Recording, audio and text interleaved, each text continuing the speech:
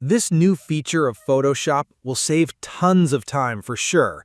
Color matching in the composition was a very tedious job, but now with Photoshop's Harmonize tool, it is as simple as one click.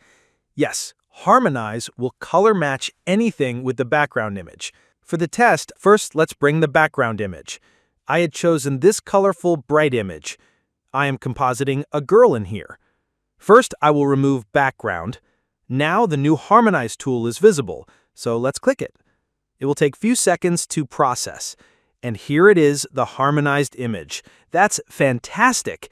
It would have taken lots of time to do it manually. There are 3 options to choose from.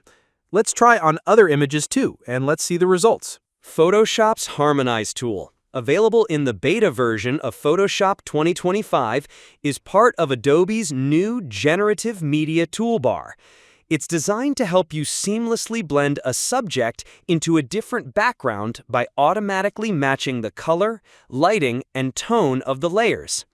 After selecting your subject, simply click Harmonize, pick the reference, usually the background, and Photoshop uses AI to adjust the subject's appearance for a natural match.